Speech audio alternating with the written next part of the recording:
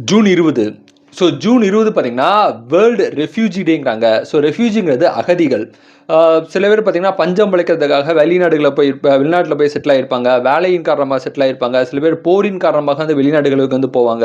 அந்த மாதிரி அகதிகள், வெளிநாடுகளுக்கு அகதிகளாக போகக்கூடிய மக்களுக்கு வந்து அவங்களுக்கு பேசிக்கான விஷயங்கள் எல்லாமே அவங்களுக்கு கிடைக்கணும், அவங்கள வந்து பாதுகாக்கணும் அப்படிங்கிற பர்பஸ்க்காக தான் வந்து இந்த நாள் வந்து வச்சுருக்காங்க.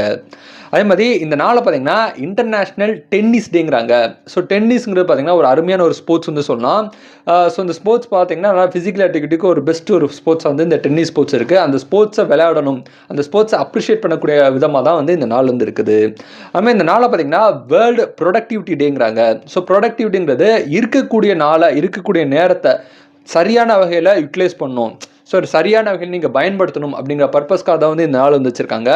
ஸோ இந்த நாள் இன்றைக்கி போச்சுன்னா திருப்பி கிடைக்காது. ஸோ அவ்வளோதான் வந்து வாழ்க்கைன்னு வந்து சொல்லலாம். அதனால் இருக்கக்கூடிய நாளையும் நேரத்தையும் வந்து வேஸ்ட் ஆக்காமல் கரெக்டாக பயன்படுத்தணும் அப்படிங்கிற பர்பஸ்க்காக தான் வந்து இந்த நாள் இருக்குது. ஸோ இது போக ஜூன் 20 வேறு ஏதாவது டே தெரிஞ்ச கமெண்ட் பண்ணுங்கள். இந்த நாள் இந்த உலகத்தில் யாரோ ஒருத்தருக்கு பிறந்த நாளாக இருக்கும். உங்களுக்கு பிறந்த நாளாக இருந்தால் உங்களுக்கு என்னோட இனிய பிறந்தநாள் வாழ்த்துக்கள். So happy birthday to you. Thank you.